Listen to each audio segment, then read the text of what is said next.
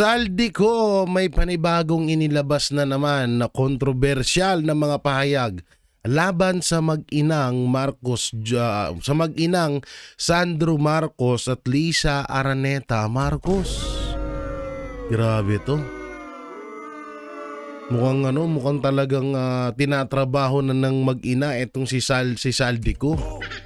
At ito nga, may isang chat or text messages. Di ko alam kung chat or text na may matinding pasabog na naman si Saldico mapatungkol sa sa mag-inang Marcos. Dito nga kay Congressman Sandro Marcos at kay First Lady Lisa Araneta Marcos. Ano ba ito? So mamaya natin ipapakita yan sa inyo. At syempre, bago din natin to simulan, mga banateros, alam nyo ngayon ay may ginagawa hong katarantaduhan ng mga kalaban namin. At kami nga po ay minamass report. At kung mapapansin nyo, wala ho kaming mga views. At hindi po kami halos nagkaka-views sa mga video namin. Alam nyo naman, ang mga kalaban natin maraming kapit ng mga trolls. At ang tanging gamot ho doon ay yung pag-like at pag-share nyo. Kapag kayo ay nanood sa mga video namin ng mga banateros, ay paki-like at share naman po ang aming mga video para mapanood pa po ng iba pa nating kababayan. Katulad na lang ho nitong ilalabas ko ngayon na video mapatungkol sa mag-inang Sandro Marcos at Lisa Araneta Marcos. Magugulat kayo dito sa mga pahayag ni Saldico na to. Alam naman ho natin na itong si Saldico ay wala pa rin pong inilalabas na video na karugtong ho noong mga nakaraan niyang pasabog. At ngayon, ito nga, lumabas nga ang isang chat or isang mensahe ni Saldico na mapatungkol sa mag-inang Lisa Araneta Marcos at Sandro Marcos. So mamaya natin ipapakita yan sa inyo. Dito muna tayo sa mga pasensya na kayo, medyo pause tayo kasi galing tayo strong kaso. At ngayon ubo pa rin tayo ng ubo, may sipon pa rin. Kaya ngayon lang ho tayo nakapag-vlog. Alam naman ho natin yung klima ngayon, may pagdating ng ang sobrang lamig. Sana maging ganito na lang palagi. Excuse me. Sana ganito na lang palagi sa Pilipinas yung mga ganitong klima. Ang sarap sa pakiramdam. So yun, dito muna tayo sa unahan na to. Yan, eto, magkaroon muna tayo ng botohan. Kung sakaling tumakbo sa Senado si Benny Abante sa 2028 national elections, iboboto mo ba siya? Oo o hindi? Comment down below. At kung ako naman ang tatanungin, kung iboboto ko ba si Benny Abante, aba, no way. Para akong kumuha ng isang bato tas inuntog ko sa bunganga ko.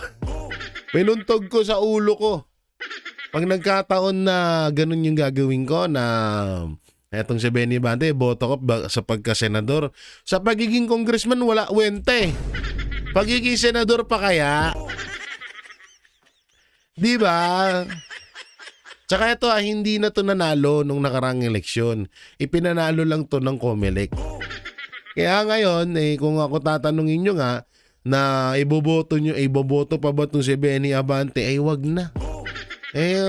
Sa pagiging congressman ka, kupal ka. Paano pa kaya kung naging senador ka na?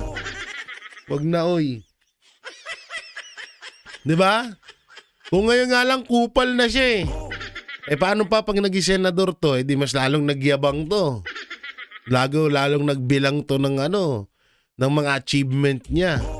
Ngayon may mga komento nga to mapatungkol sa korupsyon. Ni Kesyo magbago na daw yung mga magnanakaw.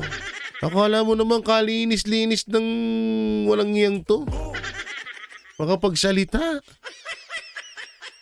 Ayan comment nyo na lang nyo kung iboboto nyo ba to si Pastor Benny.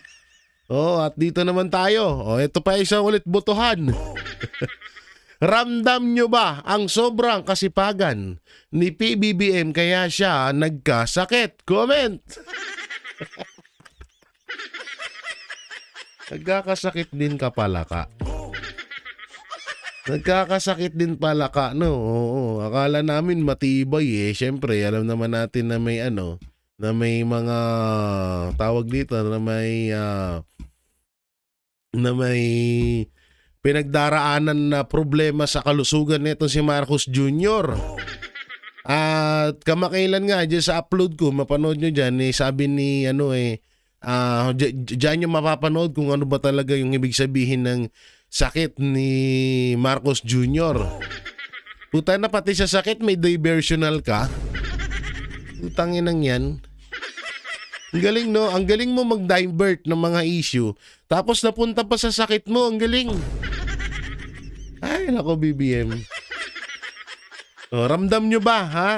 O yan, meron dyan. Overwork sa or overdose yan. Yan ay comment nyo. Overwork or overdose. Ano ba talaga? Ako, mukhang ano to eh. Kasi, alam nyo kasi, bro mo, siguro, ang hirap din kasi yan sa lagi mo nakakausap tatay mo. Tapos patay na. Naku po, mahirap yan. Oo, mahirap yan na mga ganyang sintomas. Kaya kayo, mag-ingat-ingat kayo. Iwasan nyo yung pulburon, ha? Baka sa kakapulburon nyo, makausap nyo na rin yung mga matagal nang namayapa nyong mahal sa buhay. Baka magaya kayo kay Marcos Jr., ha? Kaya easy lang, ha? Easy lang.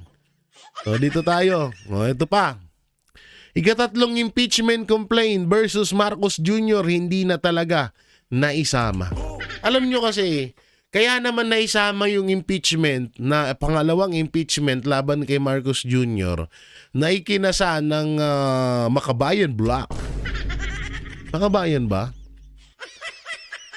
O Kabataan Party List, hindi ko alam kung sino naghain yan, basta mga makakaliwayan. Eh, alam naman natin palabas lang yun. Para lang masabi na ang Congress ay hindi one-sided. Yun eh. Eh tayo, mulat na tayo sa mga ganitong taktika. Alam nyo, ilang beses na ho tayong pinaikot-ikot ng Administrasyong Marcos. Kaya dapat, ngayon pa lang, matuto na ho tayo. Hindi na ho tayo para magpapaniwala sa mga ganitong, nila, sa mga ganitong kaetyosan nila. Wala nang kakwenta-kwenta ito. Ha? Wala nang kabuluhan itong mga ganito. I-impeach si Marcos, sino pipirma dyan?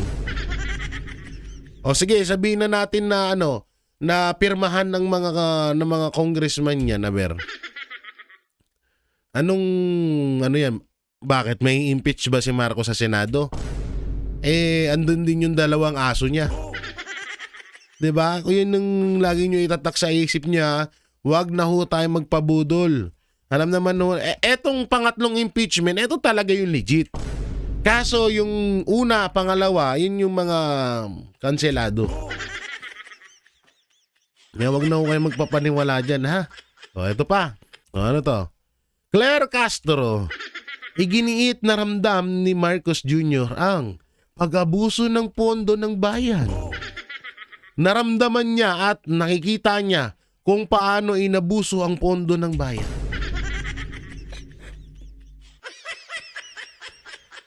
Ay, oo, ramdam na ramdam ni Marcos yan. Ramdam na ramdam niya. Siya pumipirma ng mga budget na yan eh. Oh, pero wala siyang alam diyan sa nakawan sa gobyerno, wala siyang alam niyan. Pero ramdam niya.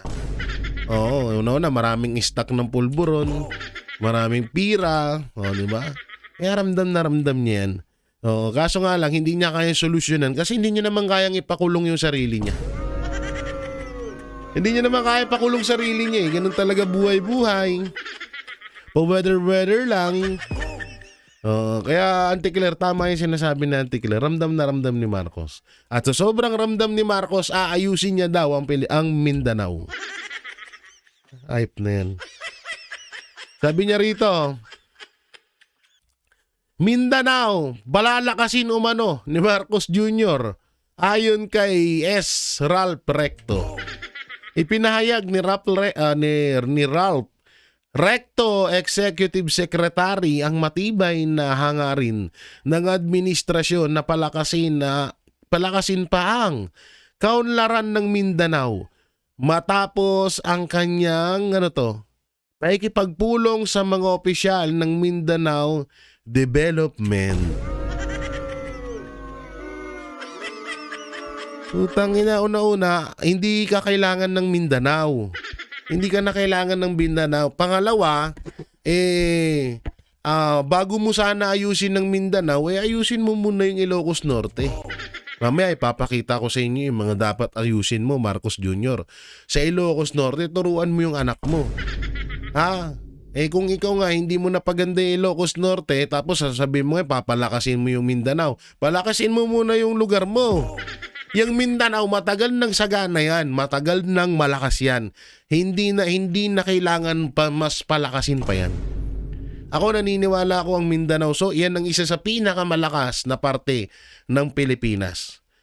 Yan ang pinakasaganang parte ng Pilipinas. Kaya nga sa totoo lang, kapag ang Mindanao ay humiwalay sa Pilipinas, kagaya nung sinasabi ng iba, kagaya ng sinabi ni Pangulong Duterte na pwedeng ihiwalay ng etong Pilipinas ay hihiwalay na sa bansang Pilipinas, ay etong Mindanao ay hihiwalay na sa bansang Pilipinas, ay talagang tayo ang mawawalan, hindi sila. Di sa totoo lang tayo ang mawawalan, hindi ang Mindanao. Dahil una-una, Mindanao po tayo na napakayaman yan. Napakasagana ng lugar na yan. Diba? At una-una, marami pang butante nandyan. Kapag hinawakan ka nga ng Mindanao, talagang sureball na panalo ka. Diba? Pag buong Mindanao ang bumoto sa'yo. Kaya etong sinasabi na palalakasin umano ni Marcos Jr., ba't kailan ba naging mahina ang Mindanao? Yan yung isa sa mga pinakamayamang lugar dito sa atin, yung Mindanao na yan. Tapos papalakasin mo, puta na Ilocos Norte nga, di mo mapalakas, Mindanao pa. Ulul. Nananaginip na naman tong dalawang kumag na to no? Minsan magtutulog kayong dalawa, Wala na kasi katinuan. Inuubo tuloy ako sa inyo. Dito tayo. Eto pa, Dapat tandaan ng ating mga responsableng senador na ang kanilang kanilang wala sa lugar na kayabangan ay maaaring magdulot ng problema sa mahigit 500,000 OFWs na nakadestino sa Hong Kong, Macau at China, sabi ni Sir Jason Sa. Wala nga silang pakialam dyan. Natutusin itong mga senador, hindi ko nga alam paano ito nanalo kasi. Biruin nyo masyado nilang binabanatan ang China. Katulad na lang yung cartoon character na si Jay Taraliela. Hindi nila iniisip na naman talaga ang kapakanan ng iba pa nating mga kababayan ng mga OFW sa iba't ibang sangay ng lugar, lalong-lalo na sa China, sa Macau at sa China ng mga OFW. Una-una, tayo na hanggang ngayon nga wala silang maibigay na magandang benepisyo para sa mga OFW 'Di ba? Hanggang ngayon hirap ang mga OFW doon. Tapos ngayon hindi nila iniisip, sige yabang lang sila. Kesyo hindi daw sila pro-China. Binabanatan nila yung China. What if na lang na sobrang mabuisit yung mga Chinese netizen, tapos nila yung mga kapwa natin Pilipino doon. Wag naman sana mangyari. Napunta na, sinasalbahin nyo kami. Pinapakinabangan kami ng mga kababayan nyo, eto sa inyo. What if nagawin nyo? Wag naman sana, ayoko rin na mangyari yon sa mga kababayan natin. Pero etong mga tulonggis na to, utangin na, ba't ba kasi nanalo itong mga hayop na to? Gigil na gigil sa China. Anong maginawa ng China sa inyo? Kamakailan nga pinagyabang pa ni Marcos yung ginawa ng China. Diba? Tapos kayo gigil na gigil si China. Unang-una, si Jay Tarriela naman ang gumawa ng katarantaduhan. Tingnan mo yung mga picture na nasa likod niya. May video yan. May ebidensya, hindi yun AI. na tinarantado niya ang presidente. So sabihin na natin na nauna ang China. Sige, nauna ang China. So bakit mo kailangan bawian? Sa napaka unprofessional na pamamaraan. 'Di ba? Katarantaduhan 'yun. Tapos nung sinabihan kayo ng China na huwag niyong gawin sa presidente namin yan, ba? Ngayon parang ayaw niyo tanggapin yung sinabi nung tao, yung bansa, ang kabilang bansa. Pero yung sa inyo gusto niyo tanggapin nila. Ano kaya ang 'yun? Ano kaya ang klaseng mindset meron kayo? Ang kawawa, ang kawawa nga dito sa nangyayari na to, yung mga kababayan natin OFW. Mamaya pag initan sila ng sa mga Chinese netizen dun. May magagawa ba kayo mga senador? Kaya nyo bang pauwiin ang mga OFW at bigyan ng trabaho dito? Sa bansa natin, na kayang-kayang kitain nila sa bansa natin yung kinikita nila sa ibang bansa? Tangina nyo, puro kayo yabang mga hindot. Nakala mo kung sino itong mga hype to. Hindi ko alam ba't nanalo pa to. Eto pa isang mayabang. Isipon tayo guys. Abante, nanawagan sa mga magnanakaw. Magsisi kayo.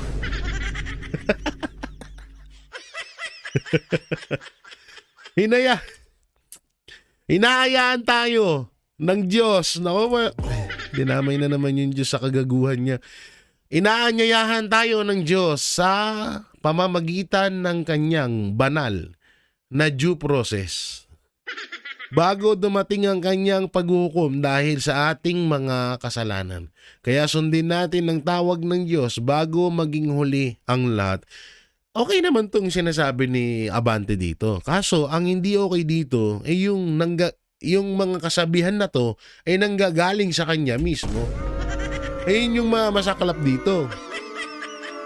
Dito sa sinabi ni Abante na to, etong nasa baba, walang problema dito. Ang problema, yung nagsasalita mismo, tinatamaan dito sa kung ano man niyang sinabi.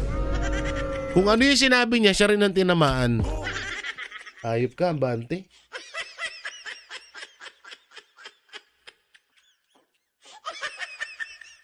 Alalahanin mo, Abante, may issue ka sa PDAP scam na 189 million. Tapos, kung hindi ako nagkakamali di umano. Tapos may kaso ka din child abuser kagaya ni Franz Castro. So, paano mo kami mapapaniwala sa mga pinagsasabi mo? Tsaka pwede ba wag mong gamitin yung Diyos? Putang ina. Walang kautusan sa Biblia or walang kautusan ng Diyos na magnakaw kayo mga putang ina nyo. Huwag nyo idamay yung Diyos.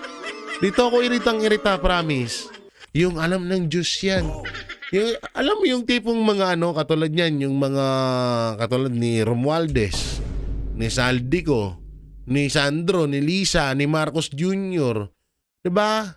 Na alam naman natin na sandamakmak na nananalaytay na dugo na isang ng pagiging kawatan sa kanilang mga dugo at kalamnan. Tapos babanggitin, alam ng Diyos yan na malinis ang konsensya ko. Utang inang yan. Walang ganun ha. Ito isa din to mahilig to magbanggit-banggit ng Diyos. Alam kong pastor ka, pero wag mong i-connect ang salita ng Diyos sa pagiging kawatan. Buti sana kung di ka namin kilala eh. Buti sana kung isa ka talagang banal na tao. Buti sana kung talagang hindi ka namin nakikitaan ng kademonyo. Demonyo ka eh. Demonyo ka eh. Tapos sasabihan mo kami na dapat sasabihan mo kami ng mga ganitong kataga. Okay naman sana to kung hindi nagmumula sa'yo. Tigilan mo kami, Abante, ha? Please lang, Abante. Please lang, Abante, ha? Hindi tawag dito. Magtino ka. Oo, alam mo, kadalasan yung mga ganyan na mga pastor-pastor na yung katulad mo na panay na panay salita ng Diyos, yung lumalabas mismo sa bunganga nila. Puta na yan pa yung mga yan pa yung mga makasalanan. Sa totoo lang. May kilala nga ako eh. Puta na pag tawag dito, pag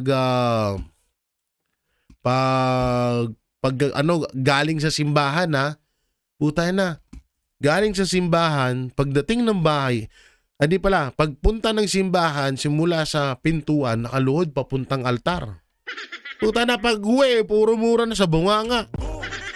Tapos kung sino-sino pang mga kapitbahay yung pinag-uusapan. Hayop na yan. Ay ko, putang inang tong mga hayop na to. Galing lang sa simbahan eh. Chismisan na yung chismisan na agad yung chismis na agad yung mga pinagsasabi. Katulad na lang nito. Speaking of chismis, yan. Sinungaling kang babae ka.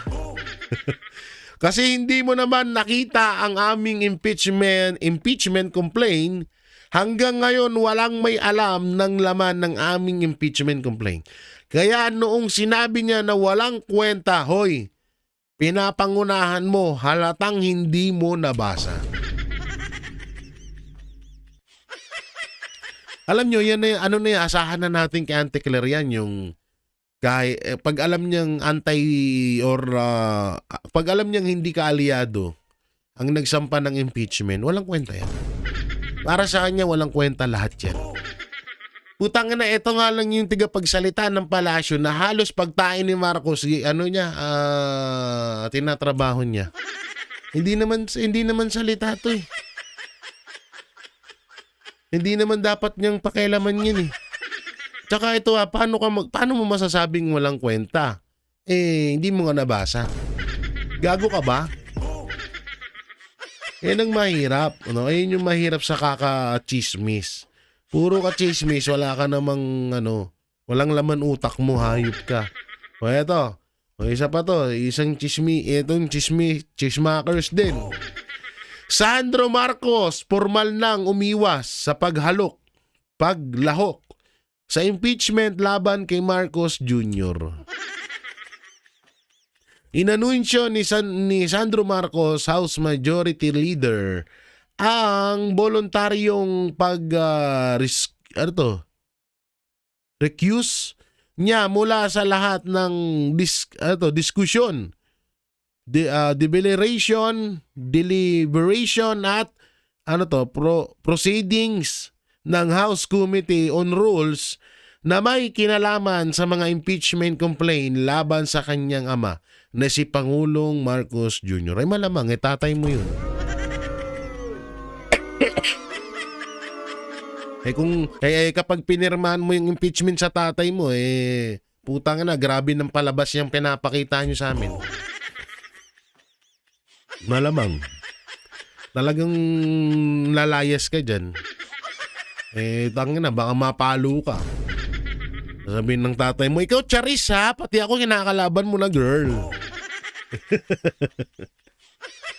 Hindi porket dalaga ka na, kinakalaban mo na ako. Alam ko natumbungan ka na rin kagaya ko. Pero wag mo akong kalabanin, girl. Inom muna tayo luya. Talagang, buti na lang talaga umalis ka kasi sobrang wala ka ng utak pag talagang tinuloy mo yan. Oo, biruin mo, tatay mo yung ini-impeach tapos andyan ka. Diba? So, malaking katarantaduhan niya. Ito na ang pinakamaganda mong ginawa sa lahat sa pagiging congressman mo, Sandro. Ito yung mainit na usapin ngayon, no? Mga opisyal ng BI nagbitiw matapos ang mga revelasyon ni Vitali. Tinanggap ni Pangulong Ferdinand Marcos Jr. ang courtesy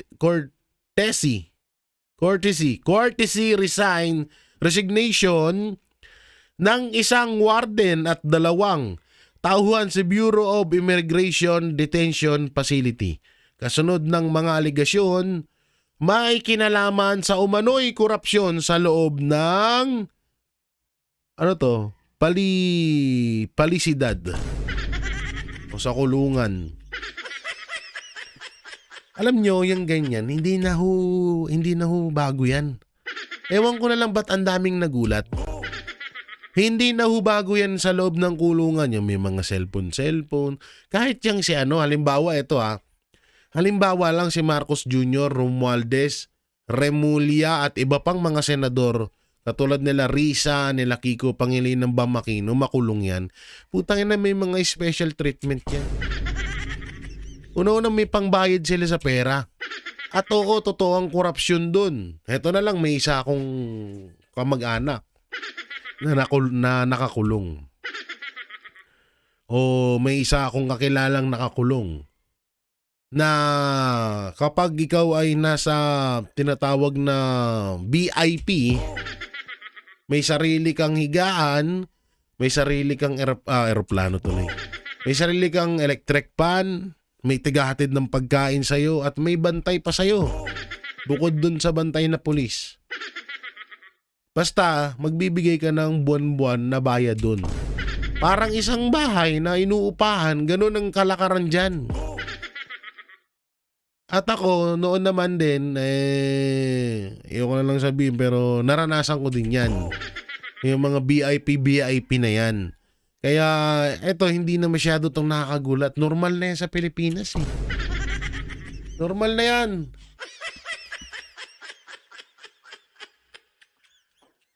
Hindi, na to, wala nang bago ho dito ha. Wala nang bago dyan. Eto ang bago dito. Bakit may opening prayer sa Kongreso? Wala namang Diyos ang mga buhaya doon. Hayop ka talaga, Kiko Barsaga. Kaya galit na galit sa yung mga buhaya dun eh. Sa bagay, totoo naman. Ba't nga pala may opening prayer dyan eh? Puro mga demonyo yung mga nandyan.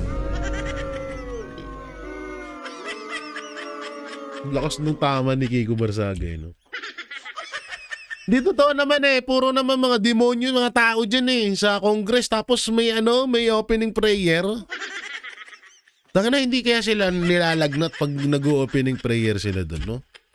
Nalagnat siguro yung mga hinayupak na yan, no? Kapag may opening prayer na nagagawa doon sa loob. Ano kayang nila? Ano kayang siguro busit na busit sa kanila yung so yung itaas, no? Sabihin ng itaas, "Putay na tong mga to, pinagluloko na naman ako. May mga opening prayer kayo, puro mga satanismo kayo."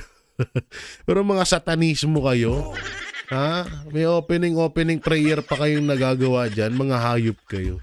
Oo nga naman, no? May point naman dito si Kong Kiko Barsaga. Putay na, paano magkakawala man Diyos yung mga yan? Ito pa. Sabi dito ni Auntie Claire. Sabi ni Auntie Claire. Claire, duda sa mga kwento ng vlogger na si Vitaly. Gusto lamang gumawa ng kwento at for the views. Kaya mo, Ate Claire, sa 2028, mararanasan mo yan. Ha? For the views ka din nun, pag naglahad ka dun, ha? Kaya mo, mararanasan mo rin yan. Sa dami mo rin kakaharapin na kaso sa 2028, mararanasan mo yan at dun mo makikita na baka pwede ka rin, makapag-cellphone. Ha? Utanginan to, lahat na lang pinasok mo, hayop ka. Lahat na lang duda ka. Hayop na to. Adik ka ba? Duda ka rin lagi eh. Adik ka ata, Auntie Claire eh. Ay nako, Auntie Claire. Ito pa. Ito malupit. Museo para sa mga AJK victims. Meron na rin sa Senado.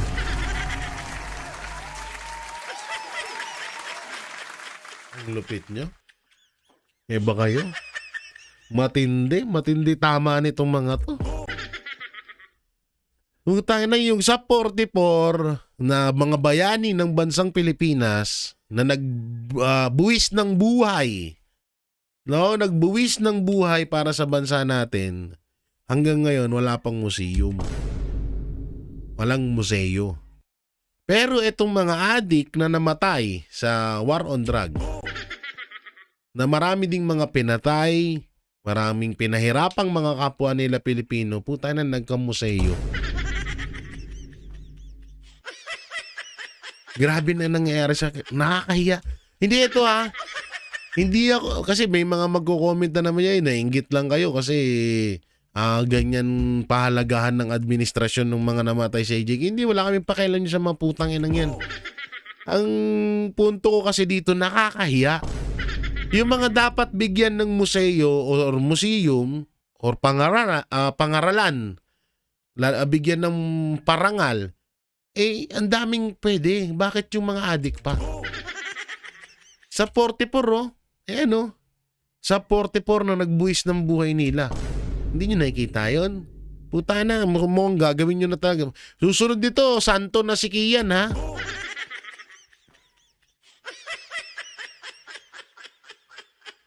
Tsaka, eto gusto nilang tumakbo sa mas mataas na posisyon.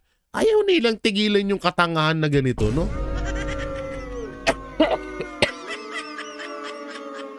Ayaw nilang tigilan yung katangahan na ganito. O, katulad na lang ni Risa Ontiveros.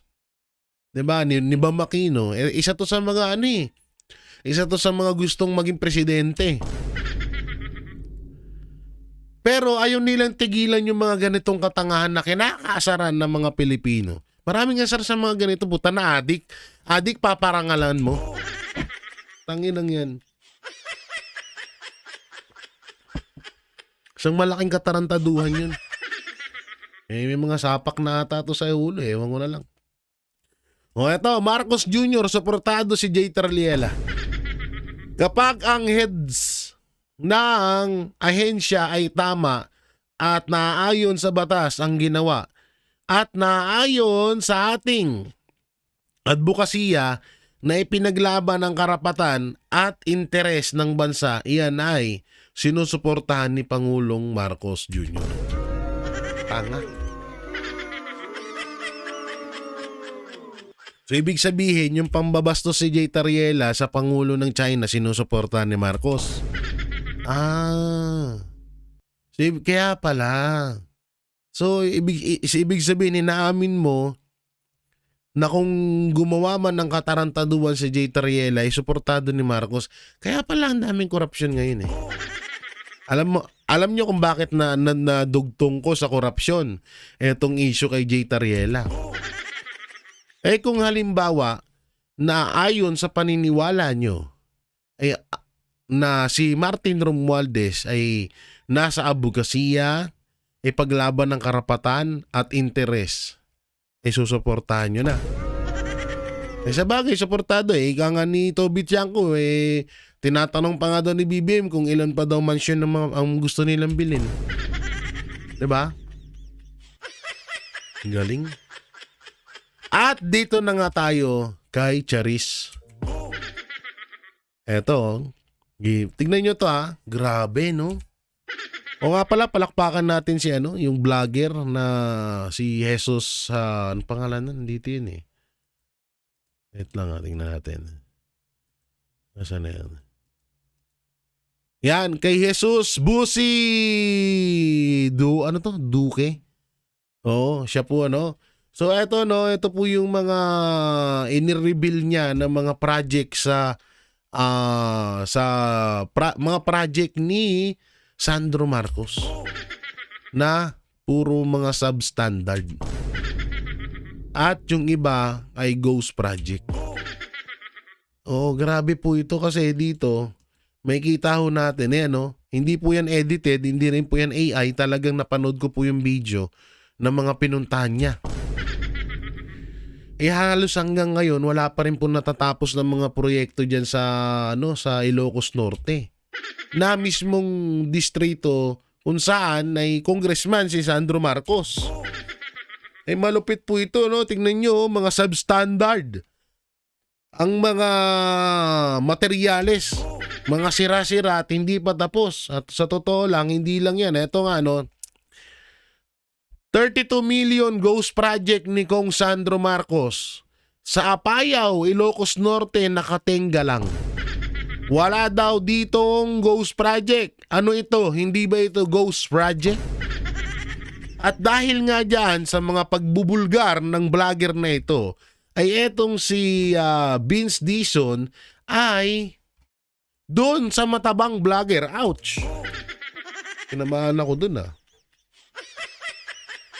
Doon sa matabang vlogger na nagpunta sa Ilocos, wag mo ko pangunahan at siraan. Alam mo bang pwedeng kitang kasuhan? Ginawa mo na. Sinabi mong iniwanan ko yan. Iniwanan ko yung Ilocos. Unang-una, hindi ko alam kung totoo ba talagang may pahayag na ganito si DPWH Secretary Vince Dizon. Hindi ko alam kung totoo to. Kung totoo man to, una-una, walang paninira dun sa sinabi nung vlogger na yon. Pinakita niya lang kung ano yung totoo. At hindi ka pinapangunahan. Yun ay gusto ng taong bayan. Kasi halos nagtumpukan na kayo sa Davao, pero sa Ilocos Norte na napakaraming substandard ghost project at na mga dapat nyong imbestigahan at silipin, hindi nyo ginagawa.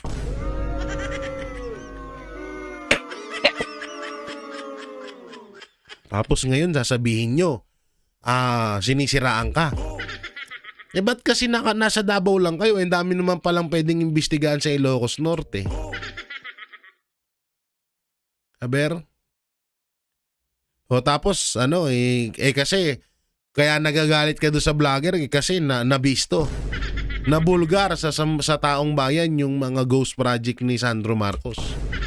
Eto lang doon sa vlogger na nagngangalang Jesus medyo ingat-ingat ka, medyo mabigat ang kinakalaban mo. Pero ganoon naman talaga buhay natin mga DDS Lalong-lalo na sa Banateros, ang damakmakang mga threat na inaabot, kaso, 'di ba? So, okay lang 'yan. Matatapos din 'yan. Malapit na ang 2028, no? Doon na lang tayo bumawi. Alam mo, Vince Dizon, kung ayaw mong mabengga ng iba o masupalpan lang iba, gawin mo yung dapat na trabaho mo. Hindi yung puta dapat nga magpasalamat ka dun sa vlogger na yun, inilahad niya 'di ba? Hindi mo na hindi ka na nagpakahirap. 'Di ba?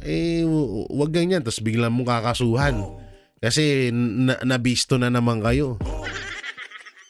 Sa mga vlogger din, na katulad na nito katulad namin, wag niyo hayaan. Wag po kayo matakot na tularan itong vlogger na to, na puntahan yung mga distrito nyo dyan at ibalag nyo yung mga substandard or ghost project na itinatayo dyan ng iba pang mga congressman saan man sulok ng Pilipinas. Gawin nyo yan, wala pong masama dyan. Walang masama dyan sa ginagawang yan. Kasi totoo. Diba? Nakita naman natin doon sa video na hindi tapos, ang daming hindi tapos ang mga project.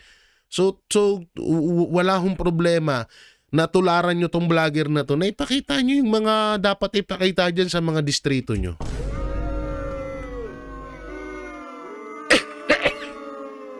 Huwag ko kayo matakot dyan sa mga sa mga sinasabi ng iba na kesyo gito, kesyo ganyan.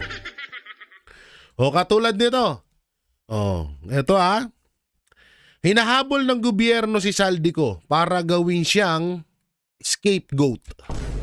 Pero alam naman ng lahat na ang totoong mastermind at mga boss ng flood control scam at korupsyon sa gobyerno, sina BBM at Martin Romualdez.